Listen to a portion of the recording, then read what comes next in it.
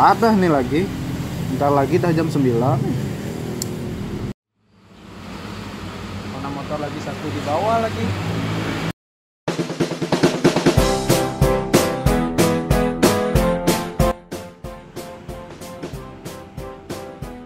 Kita akan berlihat satu hal yang harus dilihat. Kita kenampakan.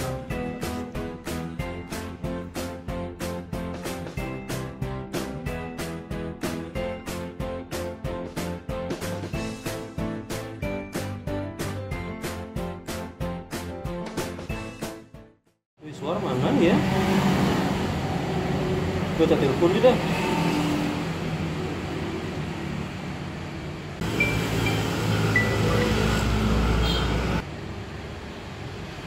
Halo War, di mana kamu nih? Halo. Iya, bentar. Ini udah mau berangkat nih. Habis ngurus bisnis tadi bentar. Oh iya. Cepat pokoknya nggak mau tahu aku. Ya sabar deh.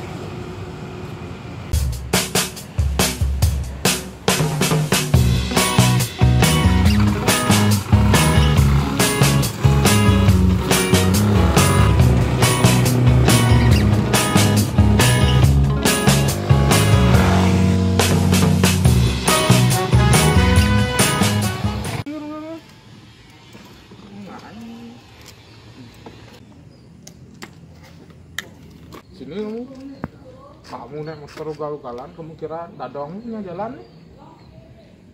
Ya enggak sih, tapi kamu jangan kayak jalannya cuma punya milikmu aja ya. Ini kan milik bersama gitu. Berhak dong kayak gitu, gede aku bayar pajak nih 1000 cc barang impor nih. Pajak segitu aja, pajak kecil tuh, kamu udah sombong gitu ya. Lihat plat motormu tuh 2 tahun tuh bayar. Ya nggak apa-apa, nggak pernah ke Ini bawah. 1000 cc nih pajak barang mewah kena nih, gede bayar pajak. Dari tadi kamu ngomongin pajak, emang apa tuh pajak? Kamu nanya pajak barang mewah. Pajak barang mewah tuh pajak yang dikenakan atas transaksi barang kena pajak atau BKP yang tergolong mewah, baik yang diproduksi dalam negeri maupun di luar negeri. Seperti barang yang bukan kebutuhan pokok, barang yang jarang dikonsumsi untuk menunjukkan status biar naik statusnya, barang yang dikonsumsi oleh masyarakat tertentu, barang yang umumnya dikonsumsi oleh masyarakat berpenghasilan tinggi. Jadi pajak barang mewah itu dikenain untuk barang-barang mewah, mahal, nggak orang-orang tertentu yang kena. Itu fungsinya tuh agar terjadi stabilisasi di dalam negara. Oh itu pengertian pajak barang mewah. Paling juga kamu nyicil nih bayarnya pajak ini. Aku punya tanah di Kintamani berhektar-hektar gitu loh. Nggak pernah aku bayar pajak. Nggak aja ditangkap sama polisi gitu. Oh gitu, motormu aja kamu belum bayar gitu. Tanahmu yang berhektar-hektar kamu bayar nggak? Ya nggak usah, juga nggak akan ditarik tuh sama petugas. Pantesan.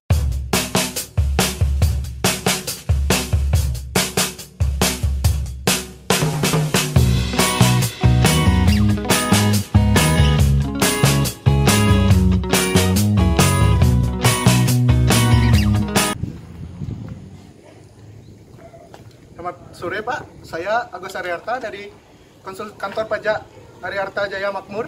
Sore, Ada ribut-ribut apa ini? Woi, ini bapak yang terkenal tuh ya, konsultan pajak yang terkenal tuh ya. Bukan Pak, saya cuma lagi naik daun saja. Ini loh Pak, tadi kan saya di sepeda tuh di sana hampir jatuh. Terus diajak ngomongin pajak gitu kan, malas jadinya apa tuh pajak tuh. Iya, kok aku disalahin? Bukan aku, orang dia nabrak tadi. Coba jelas di sana tadi saya jalan tiba-tiba ada nabrak. Coba Pamer lagi dia. Bapak tenang dulu. Coba jelaskan kronologinya secara benar biar saya tahu juga duduk permasalahannya apa. Jadi gini, saya kan dari sana itu naik motor. Tiba-tiba ada kayak ngerudukan gitu, naik motor gitu, ngat, tabrak saya. Terus dia marahin saya, jalan-jalan ini bilang pajak, pamer deh pajak ke saya gitu. Saya bilang saya bayar pajak barang mewah, nggak terima dia, pamer deh tanahnya. Belum bayar pajak tanah, padahal motornya belum disamsat tuh. Nggak gitu Pak, gini. Saya tuh nggak penting itu pokoknya pajak tuh menurut saya tuh. Saya punya tanah tuh berhektar-hektar di Kintamani. Saya nggak bayar pajak gitu. Yang penting kan saya itu jual jeruk, panen, kaya ada saya. Nggak perlu lagi tuh pajak apa. Sudah, jangan berkelahi. Gini loh Pak Suar, perkebunan jeruk Pak Suar itu dikenai pajak bumi dan bangunan. sebelum itu saya jelaskan apa yang dimaksud dengan pajak bumi dan bangunan. Pajak bumi dan bangunan itu adalah pungutan atas tanah atau bangunan yang muncul karena adanya keuntungan dan atau kedudukan sosial ekonomi bagi seseorang atau badan yang memiliki suatu hak atasnya atau memperoleh manfaat darinya. Nah, Bapak Suar ini disebut dengan subjek pajak bumi dan bangunan. Sebelum itu saya kasih tahu penjelasannya ya, apa itu subjek pajak bumi dan bangunan. Subjek pajak bumi dan bangunan adalah orang pribadi atau organisasi yang secara nyata mempunyai hak atas bumi, memperoleh manfaat atas bumi, memiliki bangunan, menguasai bangunan, dan atau memperoleh manfaat atas bangunan tersebut. Nah, Bapak Suar sebagai subjek pajak dan tanah perkebunan Bapak itu melahirkan wajib pajak, sehingga Bapak juga harus membayar pajak, seperti itu Pak. Kata Pak Konsultan, wahai Bapak Sultan yang jago, biar masalah pengertian. Jadi saya yang salah itu. Mohon maaf sebelumnya Pak, bukannya saya menyalahkan Bapak, tapi kata Bapak memiliki tanah perkebunan jeruk yang berhektar-hektar. Jadi saya simpulkan hasil penjualan dari jeruk Bapak itu kan juga besar. Nah, Bapak sebagai seorang dermawan katanya kan pasti pernah menyumbangkan ke desa Bapak gitu mungkin. Nah, pajak ini sistemnya sama dengan sumbangan yang Bapak berikan ke desa, tapi pajak ini bisa dinikmati oleh saudara Bapak setanah air Indonesia ini Pak, karena uang pajak yang Bapak bayarkan itu akan dikelola oleh negara untuk usaha meningkatkan kesejahteraan rakyatnya secara merata, baik bentuknya dapat Bapak rasakan secara langsung maupun tidak langsung. Nah, karena saya lihat dari percakapan Bapak ini orang yang berorientasi pada benefit, keuntungan seperti itu ya. Jadi saya kasih contoh yang menggambarkan untuk keuntungan Bapak seperti ini ya. Contohnya itu Bapak membayar pajak bumi dan bangunan ini. Lalu uang pajak yang Bapak bayarkan tersebut digunakan untuk membangun jalan raya di suatu tempat. Bapak mengirim jeruk seperti itu yang sekarang ini jalannya itu masih jalan kecil gitu, sehingga biaya pengiriman untuk dari Bapak itu membengkak seperti itu Pak. Nah, dengan dibangunnya jalan utama yang besar ini dari uang pajak Bapak, hal ini akan menekan angka pembayaran distribusi dari jeruk Bapak seperti itu Pak. Kan dari awalnya dalam kecil itu hanya bisa dikirim dengan mobil-mobil kecil atau kendaraan roda 2, tapi dengan dibangunnya jalan utama ini dapat dikirim dengan truk-truk besar, sehingga biaya distribusi itu bisa ditekan secara masif seperti itu Pak. Nah, sehingga untung yang Bapak dapatkan juga akan semakin besar seperti itu. Jadi gitu ya Pak, kalau misalnya saya bayar pajak, jadi saya itu sebenarnya lebih untung gitu ya, jadi lebih cepat kaya gitu. Jadi nanti sampai rumah saya akan urus semua surat-surat perpajakan biar sekaligus lunas, 100% pokoknya lunas, karena saya itu kaya itu. Benar seperti itu Pak. Jadi secara tidak langsung itu seperti yang Bapak katakan, jika Bapak perlu konsultan untuk membayar pajak, Bapak bisa hubungi saya di sini. Baik Pak Gus, nanti sampai rumah saya kuling-kuling ya. Baik, terima kasih Pak. Itu dong, bayar pajak biar nggak rugi. Ngaku-ngaku sultan banyak hektar-hektar tanah jeruknya. Kan mantap kalau bayar pajak, itu kan kewajibanmu sebagai warga negara yang baik. Ya, kan aku baru tahu kalau misalnya bayar pajak itu bisa cepat kaya gitu. Aku kan nyari cepat kayanya gitu. Oh gitu ya udahlah, udah kita anggap aja selesai permasalahannya. Malas juga aku sudah. Damai dah lu. Pak, jangan salaman dong. Taati protokol kesehatan. Cukup dengan seperti ini. Ini ya, namaste. Ya. Oh ya udah ini. Namaste. Yuk, boleh lu.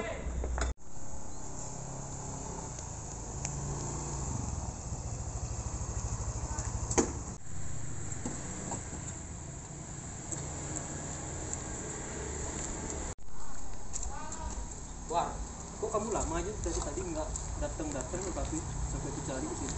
Ini tadi ada permasalahan gitu sama kita langsung dari pajak dari pajak jatuh gitu. Ini kasih drama gitu sama kami. Kok bisa dikasih drama? Bukan bayar pajak tanah, bayar pajak ke kendaraan gitu loh. Jadi dikasih sih penjelasan gitu semua. Kamu nggak bayar pajak? Iya. Beli. Untungmu triliunan nggak bayar pajak. Keterlaluan namanya itu, War. Pak, makasih ya udah ngasih dia ceramah. Teman saya emang terkadang emang suka gitu dia. Nah gitu loh. Aku tuh belum tahu soalnya kalau pajak tuh bisa bikin sama kaya gitu, bisa bikin pembangunan gitu kan. pengetahuan Pak. Ya sama-sama Pak. Emang itu tugas saya sebagai seorang konsultan pajak untuk memberi edukasi kepada masyarakat awam tentang apa pentingnya pajak. Jika Bapak ingin mendapatkan info lebih tentang pajak, Bapak bisa subscribe channel YouTube senior saya yang bernama Subel Karma Resen.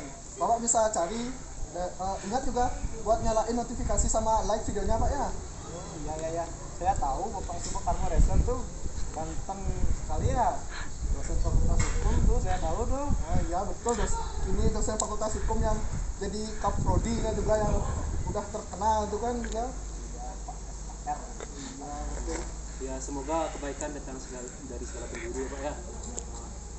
Baik, War, kita tapi aja pamitan dulu sama Bapak ini. Ya Pak. Yuk Pak. Nah, terima kasih ya Pak ya. Ya. Jadi Pak. Yuk Pak.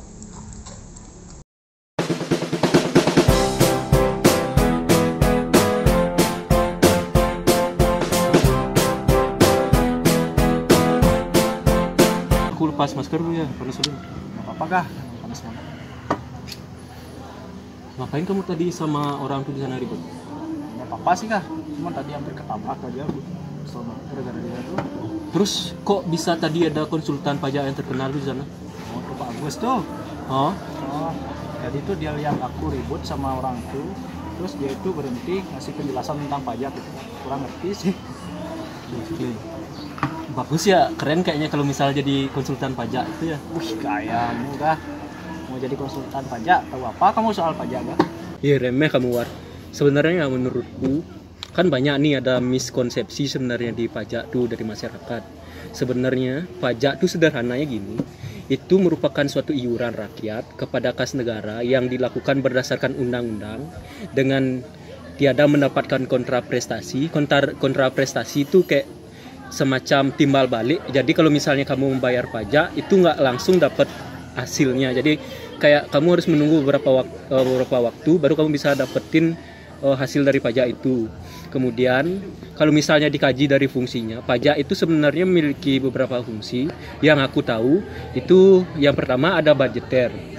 Nah, fungsi pajak budgeter itu adalah fungsi pajak yang dimana dia fungsinya itu untuk menambah atau menjadi suatu kas bagi negara kita.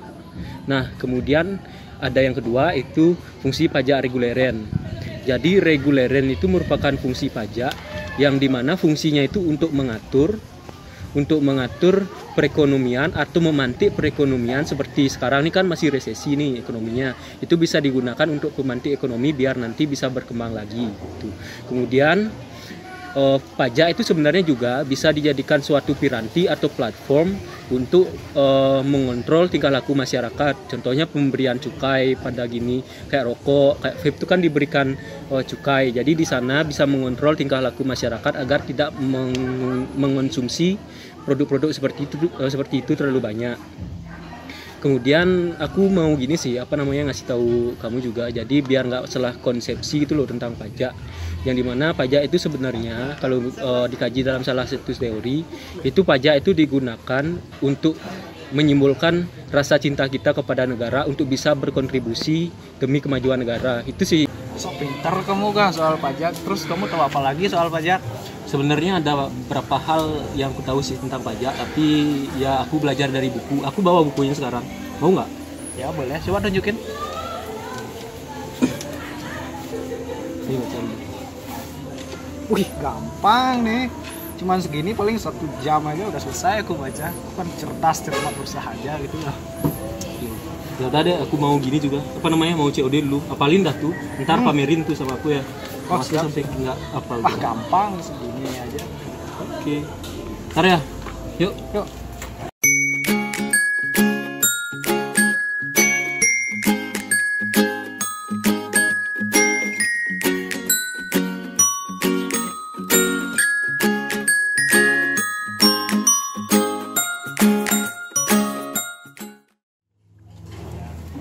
Gue War.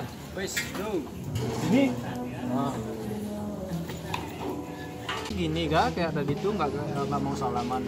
bukannya bermaksud aku sombong ya, tapi itu salah satu cara kita untuk memenuhi protokol kesehatan agar meminimalisir adanya penularan COVID-19 gitu, biar kita tahu juga.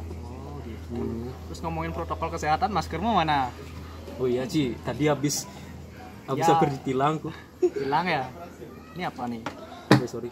Ya, Kamu juga nggak pakai masker, War. ya nggak apa-apa, aku kan udah dari awal nggak pakai.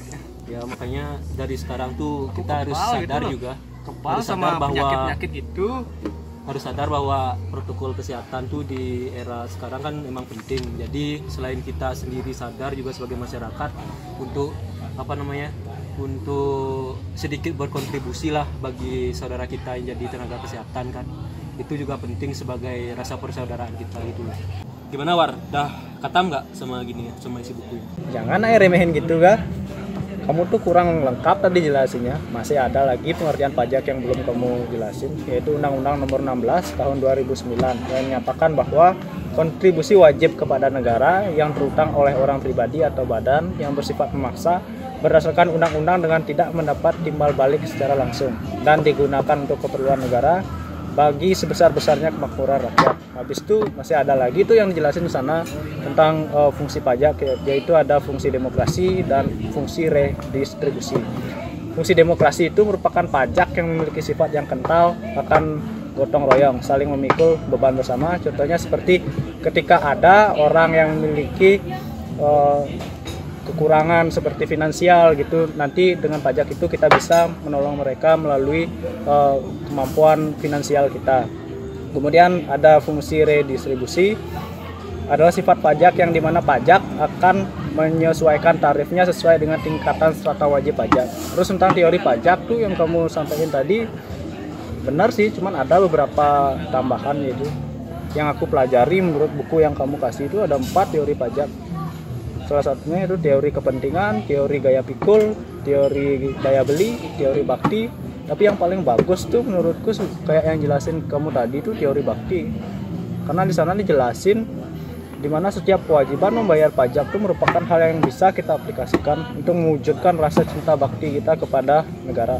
Jadi ketika masyarakat umum memiliki pemikiran itu akan membuat pajak tidak akan dikambing hitamkan lagi. Karena sekarang kan tuh banyak orang-orang tuh nggak membayar pajak karena dengan alasan bahwa pajak tuh mungkin memberatkan finansial mereka. Jadi gitu kan. Lumayan bermanfaat sih bukunya. Ya lumayan lah nambah kepinteran. Tuh baru aja. Kayaknya sekarang kamu udah berpihak ke pajak sekarang kayaknya. Kedengarannya aneh sih ya. Aku tuh kayak berpikir ulang loh. Dari yang tadinya aku tuh kontra banget sama pajak. Pajak tuh awalnya menurutku tuh memberatkan banget. Dari yang seharusnya kita dapatkan keuntungan banyak, itu dipotong pajak lagi. Tapi sekarang aku tuh udah berpikir ulang sih. Menurutku pajak tuh sekarang bisa membangun bangsa ini dengan semangat gotong royong. Itu sih emang itu sih fungsi pajak sebenarnya, menunjukkan bahwa kita tuh cinta kepada negara ini gitu sih. Ya. Daripada kita ngomong kayak gini, mending kita pesen dulu ya. Yuk. Yuk.